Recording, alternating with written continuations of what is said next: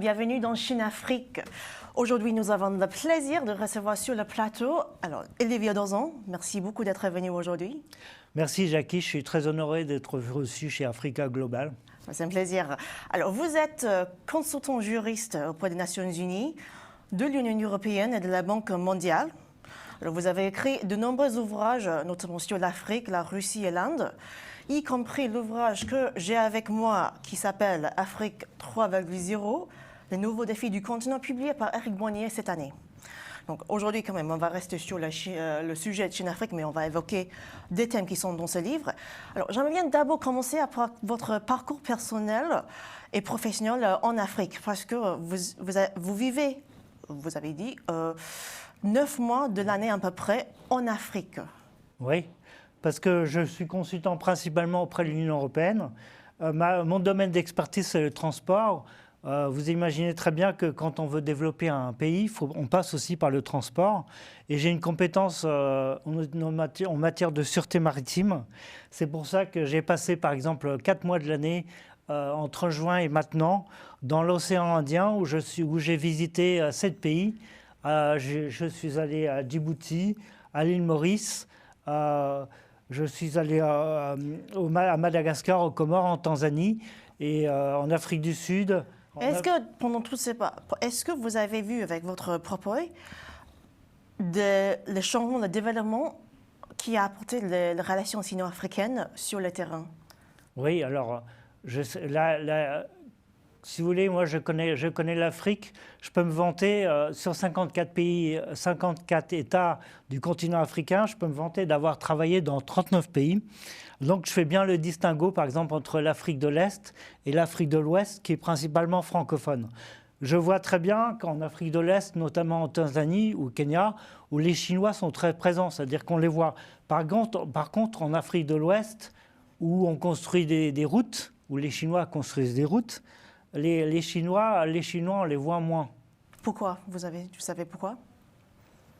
Parce que je pense que les Chinois investissent davantage en termes d'infrastructures du côté de l'Afrique de l'Est, notamment en Tanzanie, où ils construisent des ponts, où ils construisent des lignes ferroviaires.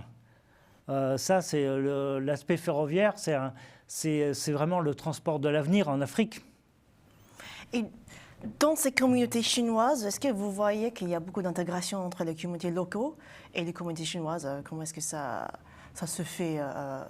Alors, ce que j'ai remarqué, c'est que les Chinois, en Tanzanie, ils parlent la langue locale, à savoir le Swahili. Donc, ils sont capables, avec les Africains, de parler leur langue. Ils sont fluents, comme on dit en anglais. Alors qu'en Afrique de l'Ouest, j'imagine que les Chinois qui sont... on les voit moins, mais j'imagine qu'ils parlent aussi le français. Les Français, et si c'était au Sénégal, ils parleraient peut-être le Wolof, parce que ça fait partie, je pense, de la culture chinoise, pour s'intégrer dans le continent, d'apprendre la langue locale. Bien sûr. Sur cette question d'intégration, est-ce que vous avez vu les mêmes efforts de part des communautés occidentales, par exemple donc, les Français qui parlent aussi la langue locale? Des Français en Tanzanie, par exemple, il y en a très peu, comme au Kenya, où c'est plutôt anglophone. C'est plus qu'en Afrique de l'Ouest. J'imagine que les Français qui demeurent assez longtemps au Sénégal commencent à parler aussi le Wolof. Mais là, les langues officielles en Afrique de l'Ouest, c'est plutôt le français. Il n'y a qu'à voir, tous les documents administratifs sont rédigés aussi en français. Vous évoquez très souvent dans votre livre ce concept de Sud global. Donc, selon vous, qu'est-ce que c'est exactement le Sud global? Parce qu'on évoque de plus en plus dans les médias occidentaux pour parler de cet ordre mondial, peut-être anti-occidental. Est-ce que, selon votre avis, qu'est-ce que c'est vraiment le Sud global et jusqu'à quel point la relation sino-africaine, c'est important dans ce concept? Oui, alors le concept de Sud global, c'est une idée générale qui militent pour une multipolarité. Donc c'est la Chine, par exemple la Russie et l'Inde qui militent à fond sur la multipolarité, notamment en Afrique. Et l'idée des BRICS, qui sont très importants, on l'a vu il y a 2 mois. Il y a 2 mois où il y avait les BRICS se sont réunis et l'Afrique est très sensible à l'idée de BRICS. D'ailleurs, l'Afrique du Sud fait partie des BRICS, c'est un des pays fondateurs des BRICS. Il faut dire une chose, c'est que depuis 2022, il y a eu comme un clash avec l'Afrique et l'Occident, notamment avec la guerre en Ukraine. C'est-à-dire que les Nations Unies, quand il y a eu une motion de censure pour censurer la Russie concernant l'invasion de l'Ukraine par la Russie, eh bien, ma foi, la plupart des pays africains se sont opposés, n'ont pas sanctionné la Russie. Donc ça, c'est quelque chose de fondamental. Et comme moi, qui circule pas mal en Afrique, en voyant en tant qu'occidental, en tant que blanc, entre guillemets, les chauffeurs des taxis, quand je les prenais, quand ils parlaient anglais, ils m'ont dit « Mais qu'est-ce que vous faites en Ukraine ? Vous n'avez rien à faire en Ukraine, vous ?» Alors moi, j'ai dit effectivement, moi, en tant que Français, j'ai rien à faire. La guerre en Ukraine est quand même mal vue par les Africains. Oui, c'est ça. C'est ça. Donc, j'imagine que là, on a vu l'élection aux États-Unis de Donald Trump. J'imagine que c'est prévu qu'ils mettent fin prochainement à la guerre en Ukraine. Et donc, je pense que Donald Trump, c'est aussi le candidat des Africains. Pourquoi ? Parce qu'il va mettre fin à la guerre en Ukraine. Et vu l'argent qui est donné à l'Ukraine pour faire la guerre, ça sera, s'il y a moins de guerre en Ukraine, il y aura peut-être plus d'argent qui vont être donnés à l'Afrique. Est-ce que selon vous, l'élection de Trump peut avoir un effet sur les relations sino-africaines ? Est-ce que vous pensez que ça pourrait bouleverser quelque chose dans cette région ? Honnêtement, je ne pense pas. Mais parce que les Français comme les Américains sont mobilisés par rapport à la guerre au Sahel. Donc, si on peut revenir à la France, j'imagine que le contingent militaire qui a lieu en Côte d'Ivoire ou au Sénégal va être diminué et va être partagé avec les Américains. Mais la Chine pour l'instant n'a pas de rôle à jouer pour l'instant au Sahel. Il y a quand même des instances où on voit les tensions géopolitiques, les rivalités sino-africaines se jouent un peu sur le terrain africain, notamment au Gabon. Si on invoque un peu cette base. Oui, bien sûr. Il y a des projets qui circulent depuis 2 ans sur une base chinoise au Gabon. Alors, je sais que les Français et les Américains freinent pour que l'État gabonais dise non. Pour l'instant, j'imagine que l'État gabonais ne se prononce pas pour qu'il y ait justement une monnaie d'échange pour obtenir davantage des Occidentaux. Nous, on ne dit rien, mais de l'autre côté, on n'a pas vraiment décidé concernant la base chinoise, mais donner plus d'aide, investissez davantage au Gabon avant de se prononcer. L'idée, en fait, c'est d'inviter plus d'offres avant de répondre à l'offre qui leur convient le mieux.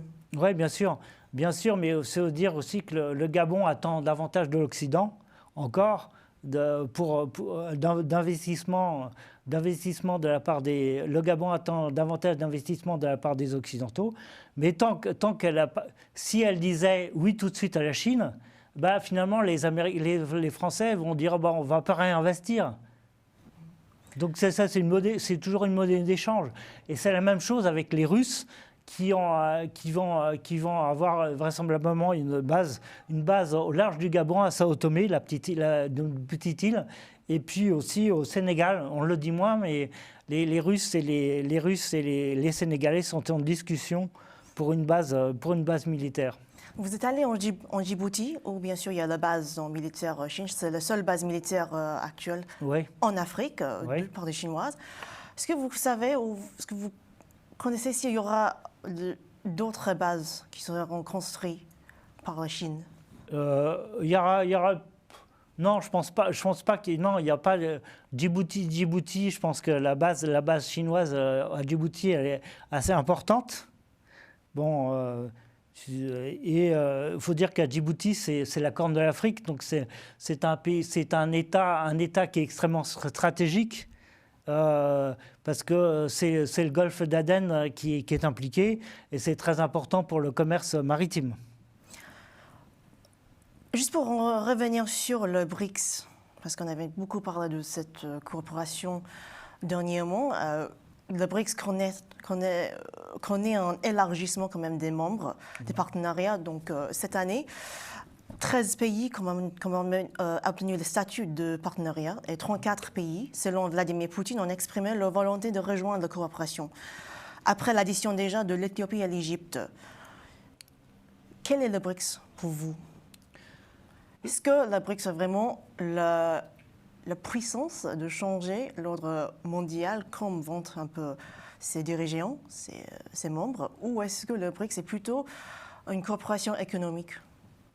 C'est une coopération économique, c'est certain, mais aussi c'est une coopération politique, vu les États qui sont agglomérés dans ce club.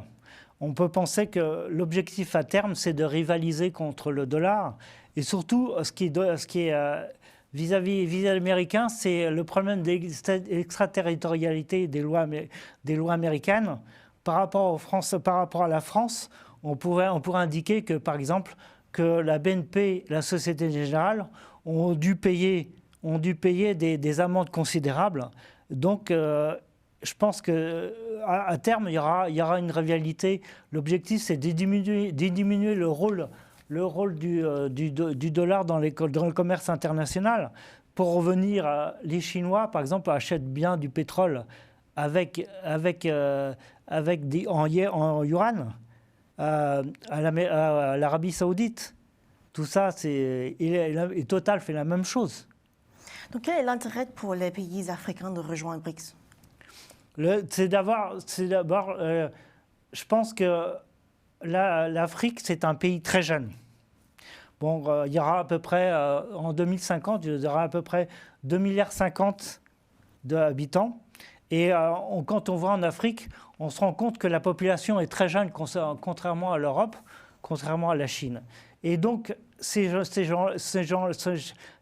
Africains ont envie de regarder de par le monde. Ils sont très orientés vis-à-vis des médias sociaux. Ils regardent Internet en permanence et ils se rendent compte de ce qui se passe ailleurs. Il y a bien... moi, je voyais des Africains qui faisaient leurs études en Chine, qui parlaient couramment le chinois et qui se sentaient heureux. Quand on voyait les jeunes femmes, ils rêvent de faire le commerce, d'acheter des produits, entre parenthèses, contrefaits qui sont faits en Chine pour gérer leur boutique. C'est des mentalités qui sont complètement différentes de l'Afrique de l'Ouest, parce qu'en Afrique de l'Ouest, on a des mentalités qui sont proches de la France, et quand leur niveau social baisse, en Afrique de l'Ouest, on dit que c'est la faute du gouvernement. Alors qu'en Afrique de l'Est, on a tendance à dire... finalement, si je vais pas bien, c'est de mon propre fait, donc je vais créer ma propre boutique. Moi, j'avais eu beaucoup d'amis en Tanzanie, par exemple. Les jeunes femmes ont tous des boutiques, alors qu'en Afrique de l'Ouest, ils attendent un piston pour qu'on leur donne du boulot. Donc, c'est quand même intéressant ce que vous dites sur la jeunesse, parce que vous l'évoquez justement dans votre livre. Vous parlez d'une jeunesse en colère contre ces gouvernants. Donc en fait, aujourd'hui, quelle est l'opinion de la jeunesse vers le dirigeant? Quand je dis la jeunesse en colère, c'est plus la jeunesse dans l'Afrique de l'Ouest. D'accord. Plus que dans l'Afrique de l'Est, en Afrique de l'Est, la jeunesse, elle s'en sort beaucoup mieux. je pense qu'elle est plus heureuse en Afrique de l'Est parce que justement, elle a cette mentalité industrieuse. C'est un peu la mentalité anglo-saxonne. Et en Afrique de l'Est, c'est plutôt la Grande-Bretagne ou la Grande-Bretagne ou l'Allemagne à l'origine qui investit l'Afrique de l'Est. Et c'est des mentalités qui sont industrieuses. Alors que du côté de l'Afrique de l'Ouest ou centrale, c'est des mentalités françaises où c'est le gouvernement qui prime sur l'État particulier. Dans ce parti de jeunesse industrielle, comme vous dites, quel est leur regard vers la Chine? Est-ce qu'ils voient la Chine comme un pays d'opportunité où ils peuvent apprendre des choses? Est-ce qu'il y a plus d'échanges académiques, universités ici? Mais là, je pense que vis-à-vis de la jeunesse, il y a deux choses. C'est qu'il y a la volonté d'acheter des produits, par exemple, pour faire du commerce. Bon, quand c'est des jeunes femmes, ils sont pas forcément riches, donc ils achètent des produits, des textiles ou des chaussures que porteraient les femmes naturellement. Mais et puis aussi, il y a là aussi le volet gouvernemental où la Chine investit pour faire des routes, pour faire dans les infrastructures qui sont importantes. Et peut-être que quelquefois, il peut y avoir un décalage parce que par exemple, au Kenya, où le Kenya était endetté et quelquefois, c'est pas donnant, je suis désolé, mais c'est pas donnant avec la Chine et les États. Les États, quelquefois, ne peuvent pas rembourser leur emprunt. C'est pour ça que quelquefois, la Chine achète des mines parce que les États ne peuvent pas rembourser. Donc, quelquefois, ce n'est pas forcément équilibré. On parle souvent d'une relation asymétrique. Oui, c'est ça. On dit. Mais là, donc, comment les jeunes, donc ils ne voient pas forcément d'un bon Oui, mais la d'un Chine. côté, si on discute, mais moi, j'ai pas vu d'opposition. Quand je vis en Tanzanie, par exemple, c'est le pays où je vais le plus en ce moment, j'ai pas senti d'opposition avec les Chinois. Il y a pas les Chinois, on les côtoie dans les restaurants, il n'y a pas de problème. Il y a pas. Mais quand on discute politique avec ces personnes-là, il n'y a pas d'animosité particulière. Vous parlez aussi dans votre livre dans certaines négligences de part de la France des relations franco-africaines. Oui. Que voulez-vous dire par ça, cette négligence? Est-ce que ça venait de l'arrogance, comme évoquent parfois les dirigeants africains, que les pouvoirs occidentaux viennent en tant que donneurs de leçons? Est-ce que la politique de non-ingérence de la Chine, ça joue aussi dans leur réussite, tandis sur le territoire africain? Bon, quand on voit, moi je vais pester contre le président Macron, par exemple, qui a quand c'était à Montpellier, il y a eu un sommet avec des Africains, mais c'était des Africains de la diaspora. Et à mon avis, ces Africains de la diaspora ne représentent pas les États dont ils sont ressortissants. Et après, à la suite de ça, les chefs d'État ont refusé de recevoir Emmanuel Macron. Donc les chefs d'État africains ont très mal pris l'arrogance du président Macron. Ok, d'accord. Mais pourquoi cette arrogance, ça vient d'où, selon vous, cette arrogance? L'arrogance, c'est que finalement, il y a un distinguo quand c'était Jacques Chirac et Mitterrand qui parlaient en Afrique. Lui, Jacques Chirac et Mitterrand savaient très bien parler avec les Africains, avec les chefs d'État, principalement francophones, c'est sûr, mais il y avait quand même une osmose. Alors que le président Macron prend les gens de très haut, avec les canards supérieurs, et les Africains n'aiment pas trop cette attitude. Ça a été reçu, par exemple, quand le président Macron a parlé au Burkina Faso, il a traité, dit, je ne sais plus quel chef d'État à l'époque, Compaoré, dit va régler le chauffage. Et ce n'est pas des choses comme si je n'ai pas des choses à dire, ça. Alors que du temps de Mitterrand ou du temps de Chirac, il y avait une osmose entre les différents chefs d'État parce qu'il y avait une compréhension qui était mutuelle. Donc vous dites qu'il y a un manque de respect qui est arrivé. Ouais. Oui, mais moi, par exemple, quand j'ai vécu, l'année dernière, j'ai vécu 7 mois en Côte d'Ivoire. Et j'essaie, justement, au moment où il y avait des coups d'État en Afrique, et je parlais avec les Ivoiriens, vous, qu'est-ce que vous pensez de la France? Oh, non, la France, c'est un pays de rêve pour nous.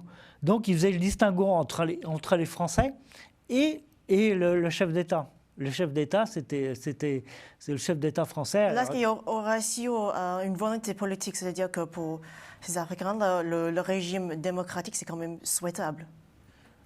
Oui, mais quelquefois, c'est compliqué la démocratie en Afrique, parce que l'Afrique est dominée par des ethnies, par des tribus. Donc, si on prend le principe majoritaire, quelquefois, ça ne marche pas forcément en Afrique.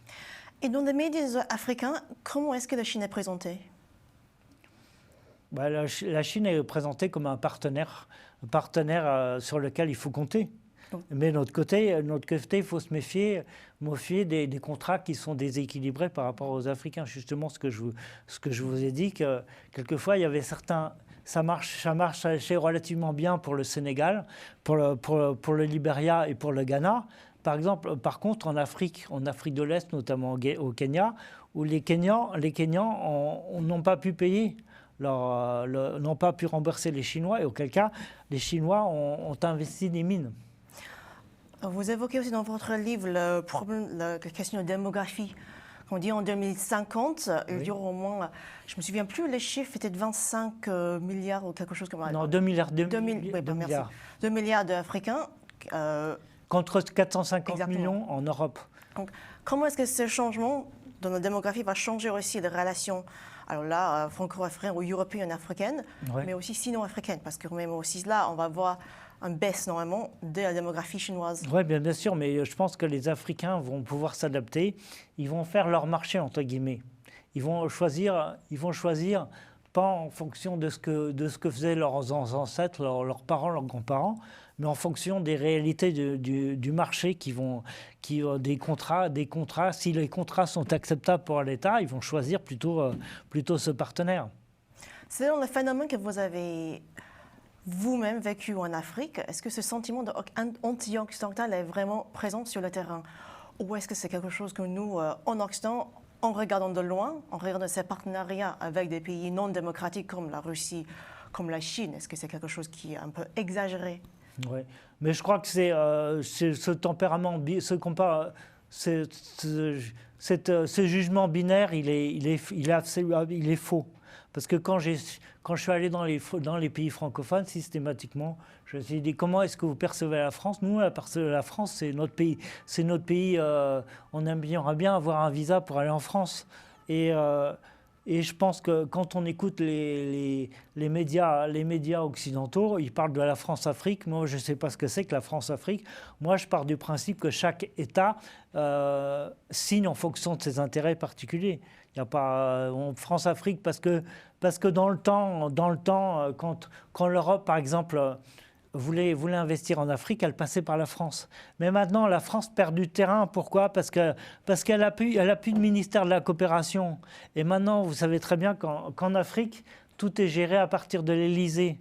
Et on a un président qui, bien qu'il ait fait son stage de l'ENA au Nigeria, eh bien, ma foi, il n'aime pas trop l'Afrique. Donc pour vous, il y a un décalage entre ce que disent les médias occidentaux et ce qui se passe vraiment sur le terrain. Bien sûr. Moi, j'ai essayé plusieurs fois, j'ai posé la question, est-ce que vous aimez la France? Oui, il n'y a pas de problème, on aime la France. On aime la France, on veut aller à Paris. Moi, systématiquement, j'ai dit, tu vas m'aider à prendre un visa pour la France. J'ai dit, oui, on verra.